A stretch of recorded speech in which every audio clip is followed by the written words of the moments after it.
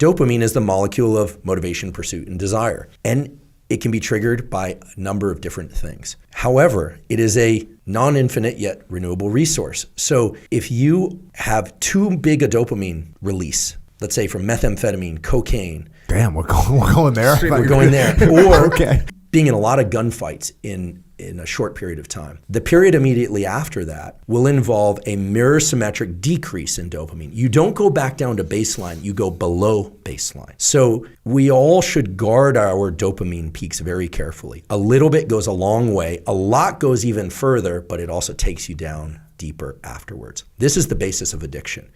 And this is the beautiful work of Anna Lemke and Rob Malenka at Stanford and elsewhere, showing that when it goes down, do we want it back right now?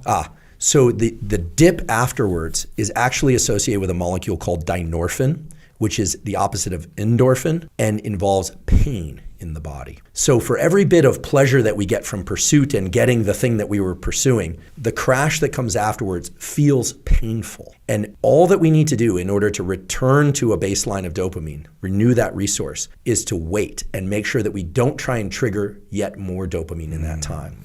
So you asked about, should I be taking caffeine in addition to training and blasting music? I always say people differ on this spectrum, but be careful about stacking dopamine. Training itself is a stimulus for dopamine release. Cold water is a stimulus for dopamine release. But if you start doing training, cold water, listening to your favorite music, plus you're taking, let's say, some stimulant, obviously the stimulants we've been talking about are terrible, but some of the stronger stimulants out there. Used to be ephedrine back when I was in college, but now people taking Adderall. Is that rip fuel? Now illegal, right? Yeah. Now illegal. Yeah. I had a guy I worked with. Unfortunately, he died. But you would see, like he was in my platoon. You would see he would take that. He called it rippy rip. Well, it readies you. Rip. Actually, you can tell if somebody has a lot of dopamine and adrenaline in their system just by looking at them. Their pupils are big. So somewhat paradoxically, when pupils are big, your visual aperture is narrow. That just has to do with the so-called accommodation of the eye, the optics of the eye. So remember, big pupils means somebody is high on their own dopamine and adrenaline. Could be drug-induced, could be situational, et cetera. Small pupils are going to be a relaxed state. Now, of course, it's also going to be modulated by how bright it is in an environment because of the way these systems work. But when you can see somebody wide-eyed, well, dopamine and adrenaline also do something else. They actually trigger activation of the brainstem cranial nuclei that cause opening of the eyelids. They also cause an eyes-up effect. When we get sleepy, what happens? Our eyes go down. When we're awake, eyelids are open and eyes are up. They might not be up like this. These relate to 3 different cranial nerve nuclei. For the future med students, you'll learn what these are. So it all makes perfect sense because nature is beautiful and the biology is laid out for us. But if we start stacking behaviors plus pharmacology plus mindsets that increase dopamine, great. But what that means is that if you get a really big dopamine increase, well, then that afternoon you might not feel the drive to do the work. You might think, why am I sleepy in the afternoon? Why am I kind of less motivated? Or next day for training without that pharmacology, you're thinking, that the workout I don't get quite as intense a contraction of the muscles. The hype train left the building. Exactly. Is that interesting? That's what you call it, the hype train? Well, I'm just thinking about it because, a lot of times people ask me, I have a hard time, like I get fired up to do stuff, but then I don't actually do it. That's a common sort of thing for humans. And now I can kind of track it a little bit. Oh, you got yourself super worked up. And then you let that go, or maybe you work for a little bit of time, like, writing a book, right? I've written a bunch of books.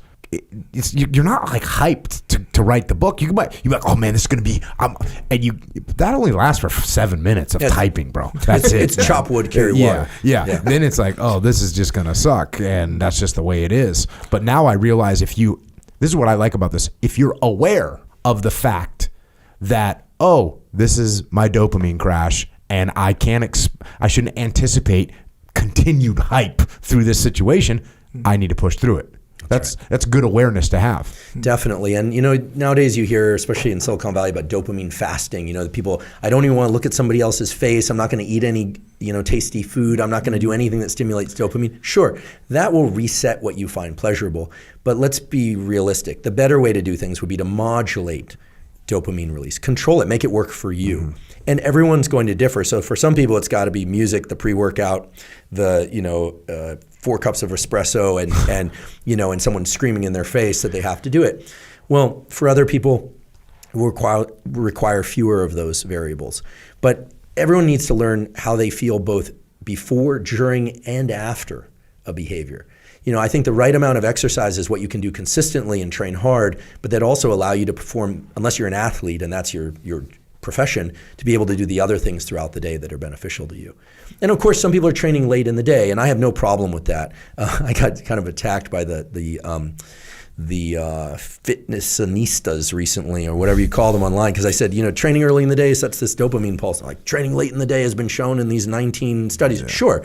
I'm sure for when your body temperature is elevated later in the day, lubrication of the joints and mental acuity, sure.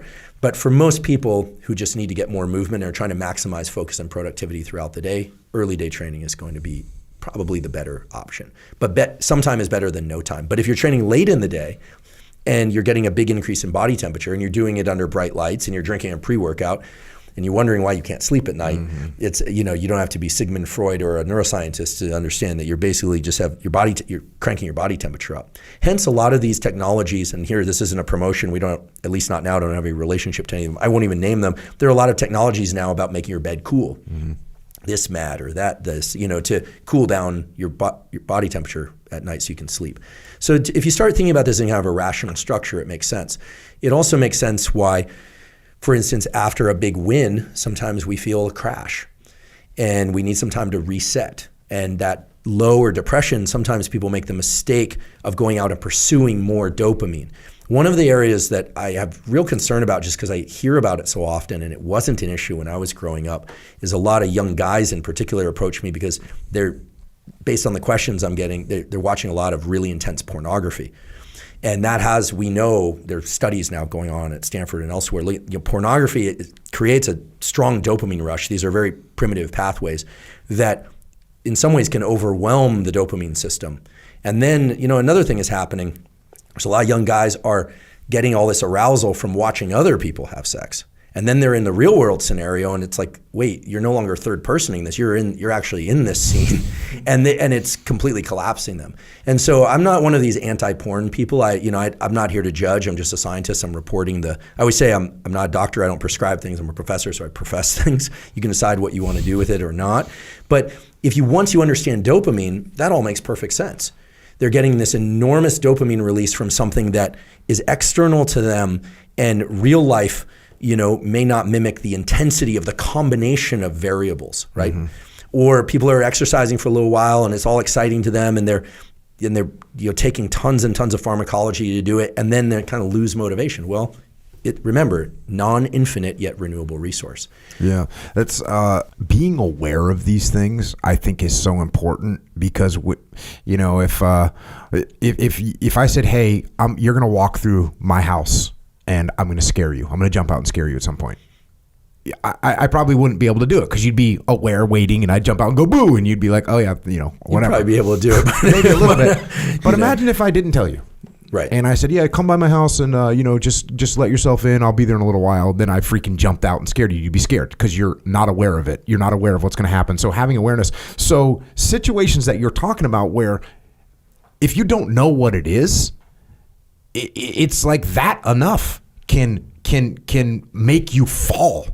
Whereas if you say, hey, listen, after you get a good big dopamine hit, you're not going to feel fired up 3 hours later. That's when you got to put in the work. Be aware of the fact that you won't feel like doing it. Because people think, I just didn't feel like going anymore. It's like, yeah, of course you didn't. You got all your dopamine and you already used it, and you need to let that thing rebuild. But you can still go get a good workout in. You can go still complete the task. You can go still write some more, for your book that you're doing, or do whatever labor you got to do.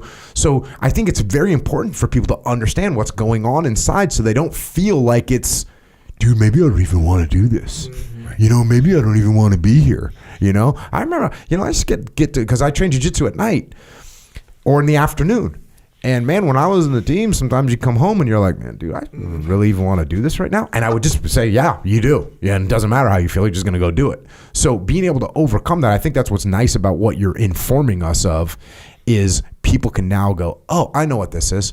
This isn't me being a wimp. This isn't me not wanting to do this. It's my own natural, hormones that are doing this thing, making me feel this way, and I can just work through them. Absolutely.